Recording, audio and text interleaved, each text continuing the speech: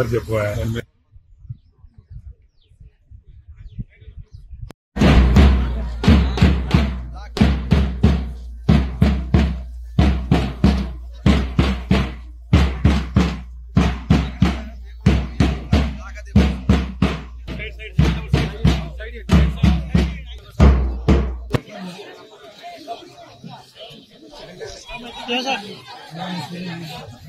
भैया क्या भैया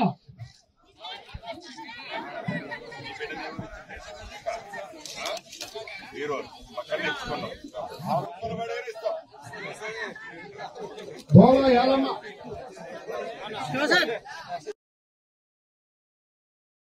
ముఖ్యంగా నా ఆడబిడ్డలకు కళ్యాణ లక్ష్మి చెక్కులకు వచ్చిన నా తోబుట్టువులందరికీ ప్రింట్ అండ్ ఎలక్ట్రానిక్ మీడియా మిత్రులకు మనస్ఫూర్తిగా హృదయపూర్వక నమస్కారం. సుమారు మీ అందరి దీవెనలతో శాసనసభ్యుడిగా ఈ పాలేరు నియోజకవర్గానికి అయ్యి రేపు 3వ తారీఖు వస్తే కరెక్ట్ గా 3 నెలలు అవుతుంది. అంటే 85 రోజులైంది. మీ శాసనసభ్యుడిగా 84 రోజులైంది. ఈ 84 రోజుల తర్వాత 9వ తారీఖు నాడు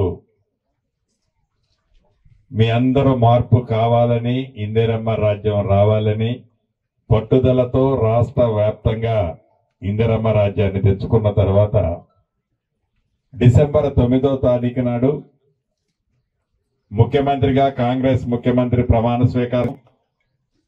దాంట్లో మీ శాసనసభ్యుడిగా మీ దీవెనలతో శాసనసభ్యుడైన నేను ఆ కేబినెట్ లో మంత్రినైన సంగతి కూడా మీ అందరి దీవెనలతో జరిగిన మాట వాస్తవం.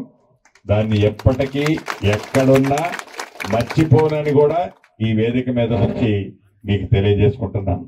ఎందుకంటే పుట్టినిల్లు ఇది. ఈ స్థాయిలో ఉన్నాను అంటే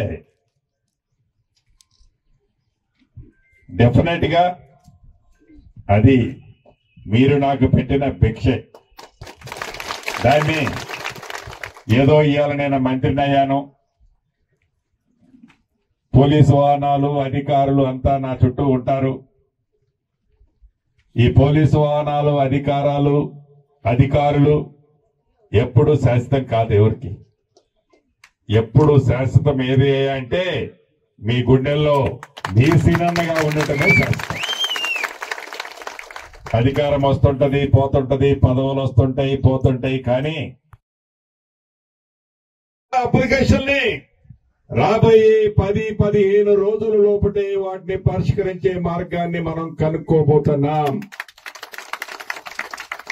అంతేకాదు చాలా గ్రామాల్లో అర్హులైన వాళ్ళకి తెల్ల రేషన్ కార్డులు ఇవ్వాల్సిన అవసరం ఉంది.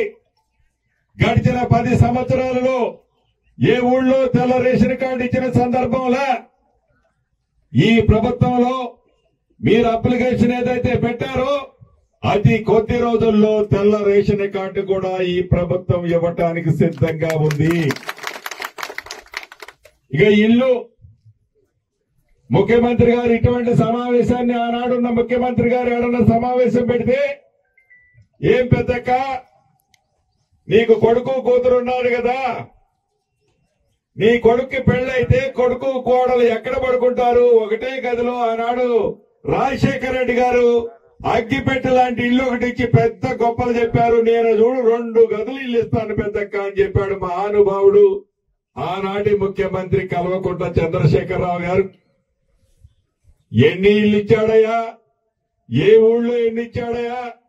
ఎక్కడ ఎన్ని ఇచ్చాడయ్యా అంటే రాష్ట్ర వ్యాప్తంగా ఇచ్చిన ఇళ్ల సంఖ్య మొత్తం కలిపిన 100లో ఉంది. దానికి మంత్రిని కూడా మీ దీవెనలతో నేనే ఇళ్లని ఇందిరమ్మ రాజ్యంలో ఇళ్లు ఇస్తామని ఆనాడు చెప్పాం. ఎన్నికల్లో బరాబర్ అర్హులైన ప్రతి ఒక్కళ్ళకి ఇందిరమ్మ ఇళ్లు ఇచ్చే కార్యక్రమాన్ని అతి కొద్ది రోజుల్లోనే ప్రతి నెల 2500 ఇస్తానన్నాం. ఇచ్చి తీరుతాం. ఎన్ని అప్పులు చేసినా ధనిక రాష్ట్రాన్ని 7 లక్షల కోట్ల అప్పులు చేశాడు గత ప్రభుత్వంలోని పెద్దలు. ప్రాజెక్టులు కట్టామని చూపించారు. రాజకీయాల్లోకి వచ్చిన 11 నెలల్లోనే మీ దీవెనలతో ఆనాడు పార్లమెంటు సభ్యుడిని అయ్యాను. 5 సంవత్సరాలు మీతో మమేకమై ఉన్నాను. మళ్లీ ఎన్నికలు వచ్చేసరికి ఆనాడున్న రాజకీయ పరిస్థితిలో మనం ఉన్న రాజకీయ పార్టీలో మళ్లీ మీ దగ్గరికి నేను ఓటు కోసం కూడా అడగలేకపోయాను. అయినా కూడా 5 సంవత్సరాలు మీ గుండెల్లో పెట్టుకొని చూసుకున్నారు నన్ను. కష్టం వచ్చినా నష్టం వచ్చినా అనేక అవమానాలు ఇచ్చినా వాటిని నిలదొక్కే శక్తిని అధికారం లేకపోయినా మీరు ఆనాడు నాకు ఇచ్చారు. మళ్ళీ మీ దీవెనలతో అధికారంలోకి వచ్చాం. ఆనాటి కంటే మంచి పదవిలోకి వచ్చాం. అంటే మంచి పదవిలోకి వచ్చినా ఇది శాశ్వతము అవును కాదు అనేది ఎప్పుడూ ఏ మనిషికి డబ్బో అధికారమో పదవిలో శాశ్వతం కాదు. మీ ప్రేమ అభిమానాలు మీ గుండెలో చిరస్థాయిగా మీ సీనన్నగా నన్ను ఉంచుకునే అవకాశం ఆ భగవంతుడిచ్చిందే చిరస్థాయిగా మిగులుతుంది.